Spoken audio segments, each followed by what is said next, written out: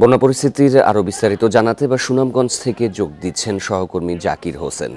জাকির, 10 উপজেলার প্রায় 2 শতাধিক গ্রাম প্লাবিত হয়েছে। পরিস্থিতির আরও কত অবনতি হতে পারে, পানি উন্নয়ন বোর্ড কি বলছে?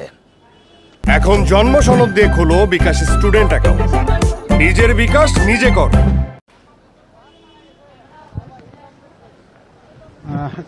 দেখুন, আমি কিছুক্ষণ আগে কথা বলেছি পানি উন্নয়ন বোর্ডের নির্বাহী প্রকৌশলী মামুন হাওলাদারের সাথে। তিনি আমাকে জানিয়েছেন পানি বৃষ্টিপাত অব্যাহত আছে, যেহেতু সুনামগঞ্জে ভারতের চেরাপুঞ্জিতে কিন্তু বৃষ্টিপাত অব্যাহত আছে, যার ফলে নদ নদীর পানি কিন্তু ক্রমাগতই বৃদ্ধি পাচ্ছে এবং এই পানি কিন্তু আগামী 48 ঘন্টা বৃদ্ধি পেতে পারে বলে আমাদেরকে জানিয়েছেন।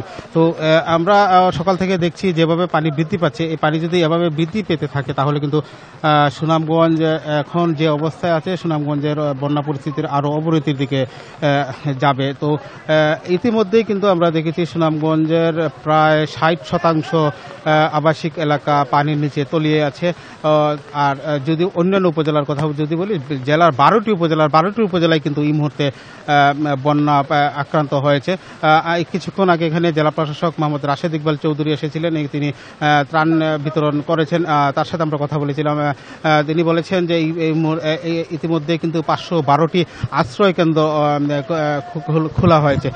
কিন্তু আমরা সুনামগঞ্জ সদর উপজেলায় 62টি আশ্রয়কেন্দ্র খোলা হয়েছে এখন পর্যন্ত। আমরা সুনামগঞ্জ পৌর শহরের কথা যদি বলি, পৌর শহরে যে সমস্ত তালিকা দেওয়া হয়েছে আশ্রয়কেন্দ্র, সেই সব তালিকা অনুযায়ী কিন্তু যে বিদ্যালয়গুলো এখন পর্যন্ত তালা খুলে দেওয়া হয়নি, যার ফলে মানুষ কিন্তু যে যেখানে পারছে উঁচু স্থানে যাচ্ছে, উঁচু স্থানে তারা একটু আশ্রয় নেওয়ার চেষ্টা করছে। তো সার্বিকভাবে আসলে এখন যেভাবে পানি বৃদ্ধি অব্যাহত আছে, মানুষের মধ্যে একটি উদ্বেগ উৎকণ্ঠা কাজ করছে। কারণ আপনাকে একটু বিষয় আপনি নিশ্চয়ই জানেন, গত 2022 সালে কিন্তু সুনামগঞ্জের এই জুন মাসের অর্থাৎ 16 থেকে 18 তারিখের ভিতরে কিন্তু শতভাগ এলাকা পানির নিচে তলিয়ে যায়। তো সার্বিকভাবে আমরা বলতে পারি সুনামগঞ্জের পানি বৃদ্ধি অব্যাহত আছে, বন্যা পরিস্থিতিরও অবনতির দিকে যাচ্ছে। এই ছিল আমার কাছে সুনামগঞ্জের বন্যা পরিস্থিতির সর্বশেষ খবর। বন্যা পরিস্থিতির বিষয়ে সুনামগঞ্জ থেকে জানাচ্ছিলেন সহকর্মী জাকির হোসেন।